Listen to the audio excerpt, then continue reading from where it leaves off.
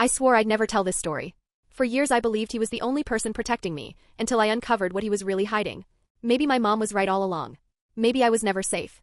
Welcome to Reddit Toxic Family Telltales channel. New episode every day. My mom has hated men ever since my dad walked out when I was 7. To her, they were the root of everything evil. By the time I was 13, she had rules so extreme it felt like I was in a cage. She made me wear this tacky shirt to school, glittery letters spelling out, "No boyfriends." She installed tracking apps on my phone. Called me during every free period. Even put a Ring camera pointing directly at my bedroom window, as if that would keep the world out. And here's the crazy thing, part of me got it. We lived in a rough neighborhood. The first time I got catcalled I was 8 years old. 8. I was wearing a tutu skirt, holding my mom's hand, and some grown man thought it was funny to yell things at us. No dad, no older brother, no male protector around. Just us. And it never stopped. So yeah, I understood why she was paranoid. But her rules didn't actually keep me safe. If anything, they just painted me as a bigger target. A girl walking alone. A girl broadcasting, "Hey, I don't have a boyfriend. I'm vulnerable." That's when he showed up. A guy from my chemistry class. The first time he noticed me, I was speed walking past the sketchiest corner in our neighborhood, my keys clutched between my fingers like Mom taught me. "Hey," he called. "You okay?" I ignored him, stranger danger, right? But he didn't give up. "I live a couple blocks over. We could walk together." Mom's voice screamed in my head, "That's how it starts." I practically bolted. But after that, I couldn't help noticing him. He always seemed to be around when I was walking home. Watching. Waiting.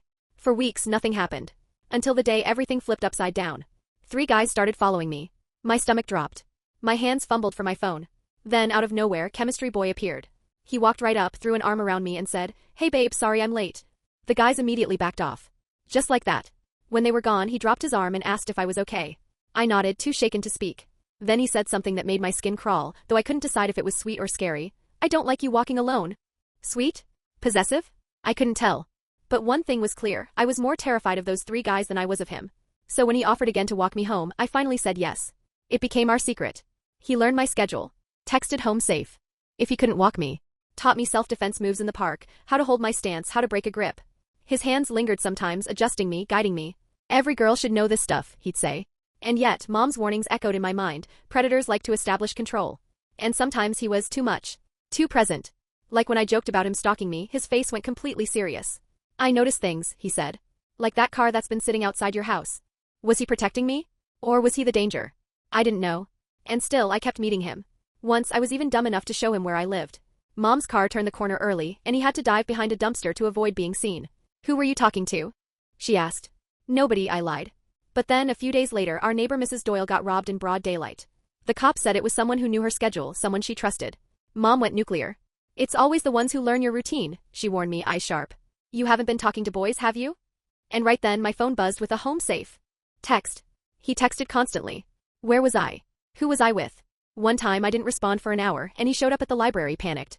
"Just worried," he said. Weeks passed. More break-ins happened. And even though part of me knew it was insane, I started letting him come over. On nights when Mom worked late, he'd sit in my closet, doing homework while I kept watch. "This is insane," he whispered. "No kidding." And then came the night everything shattered. Mom came home early with a migraine. I shoved him into the closet just in time. She headed to her room. He was trapped. My phone buzzed, still in here. But before I could deal with him, I heard it, glass shattering downstairs. Mom appeared in my doorway, pale as a ghost. "Did you hear that?" she whispered. Footsteps. Heavy. Slow. Coming up the stairs. Her phone was downstairs. Mine was dead. My 4 feet 11 inches mom shoved me behind her and grabbed my field hockey stick. The door burst open. A man in a ski mask, knife flashing. Mom swung, but he ripped the stick away and slammed her against the wall. I screamed. The closet door exploded open, and chemistry boy launched himself at the intruder. "Call 911. He shouted as he wrestled for the knife. He pinned the man with a wrestling move, knee on his back, until the cops arrived. Turns out the intruder had been targeting single mother homes for weeks. Houses with no male presence. Easy prey. That night, Mom sat on my bed, shaking. "How long?" she whispered. "For months," I admitted. She looked at him, then back at me. My rules made us a target, didn't they? For once, she didn't scold. Just squeezed my hand. And for a moment I thought maybe, just maybe, she was changing. But the next morning he was gone. Not at our meeting spot. Not at school. His perfect attendance record suddenly broken. A week passed. Still nothing. That sinking feeling in my gut? It told me the truth, Mom had something to do with it. By Monday I couldn't take it anymore. I found her in the kitchen, stirring her coffee like it contained all the answers. "What did you do?" My voice cracked. She didn't look at me. Just stirred. Clink. Clink. Clink. "Mom." I slammed myself into the chair across from her. "I know you did something. He wouldn't just vanish." Finally she set the spoon down. I went to his house last Tuesday. Talked to his mother. My stomach dropped.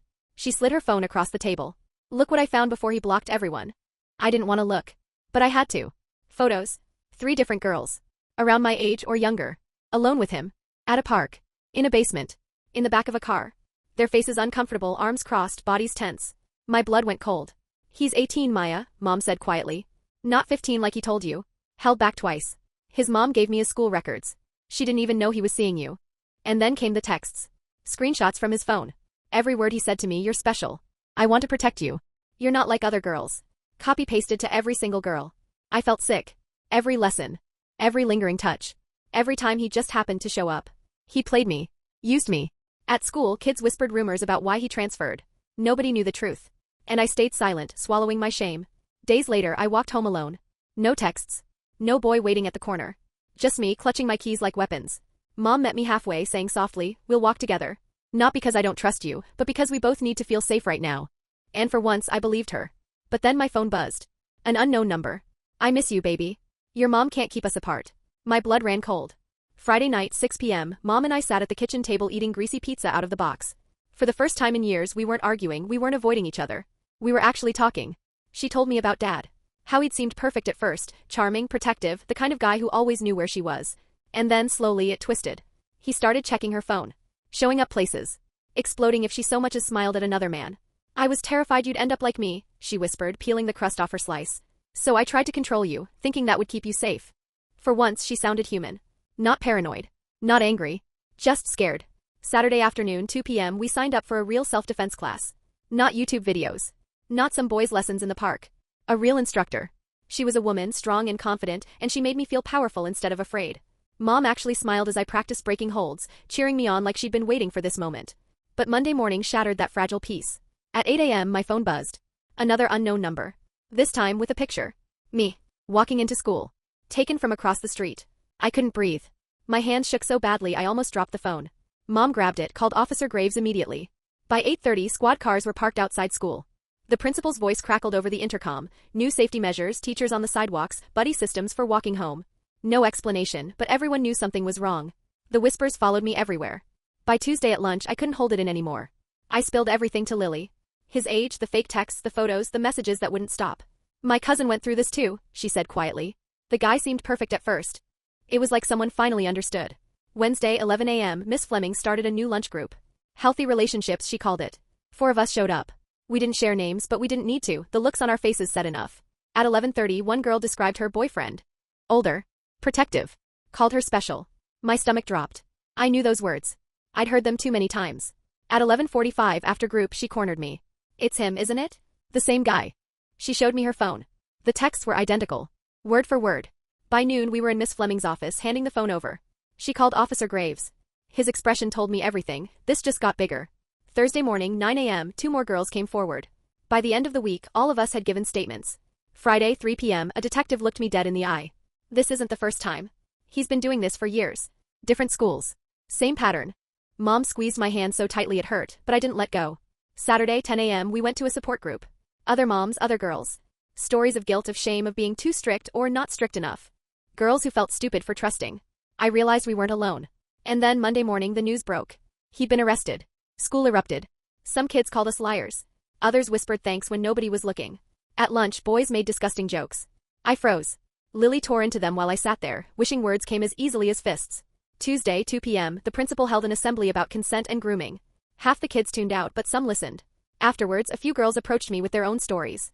Friday, 4 p.m., the prosecutor called. They were pressing charges. Multiple counts. Trial in 2 months. Relief. Terror. Both at once. That Saturday night, Mom showed me her phone. She deleted the tracking apps. I trust you, she said softly. But we keep talking, okay? We make rules together this time.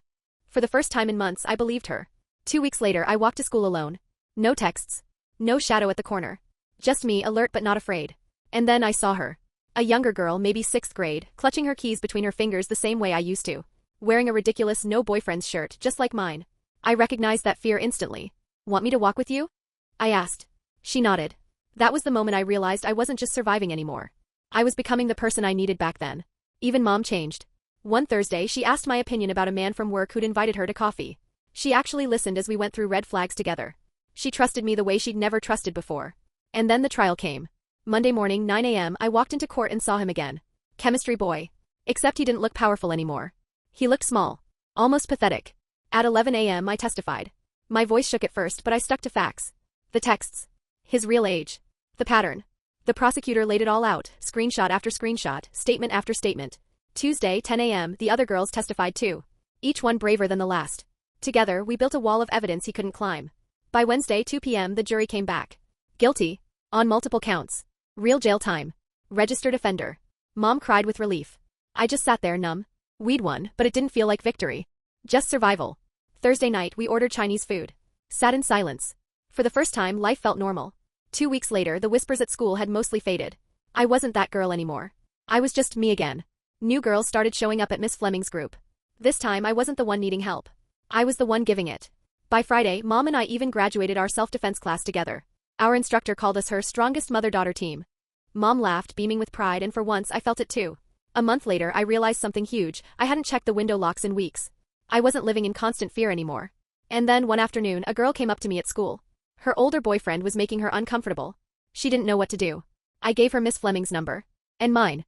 Saturday morning, Mom and I went back to the support group. But this time, we weren't the broken ones. We were the ones telling our story, helping others see the truth. The neighborhood was still rough. Men still yelled things sometimes. But now, Mom and I faced it together. Not paranoid. Not careless. Just careful. And when I saw another girl walking home alone, keys clenched in her fist, I didn't hesitate. Want me to walk with you? I asked. This time, I knew exactly how to help. Thanks for watching. Today's train wreck is over, but tomorrow's ride is already on track. Subscribe so you don't miss it.